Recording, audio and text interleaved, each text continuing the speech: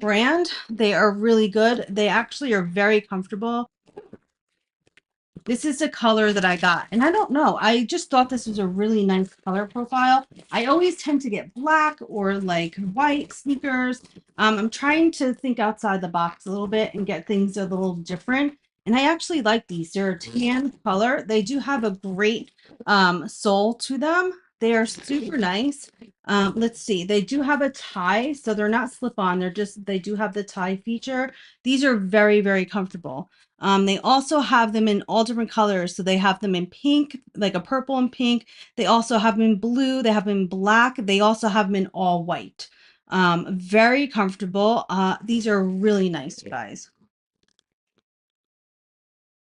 I'm liking those a lot. They're going to be very comfy, especially because, like I said, I'm going to start working out again and just really be mindful of what we're eating in the house. So, you guys, we are on a journey together. Trust me on this one.